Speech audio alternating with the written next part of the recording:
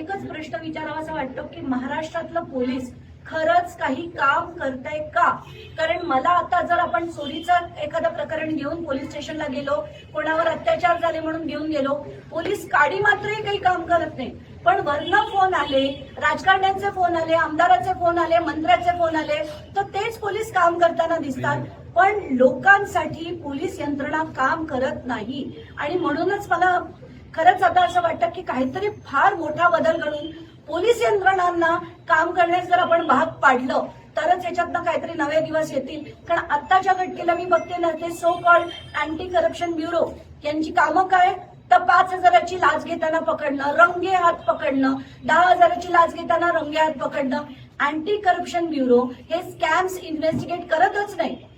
ACB काय, EOW काय, CBI काय, या सगळ्या यंत्रणा फक्त कॉलवर काम करतात.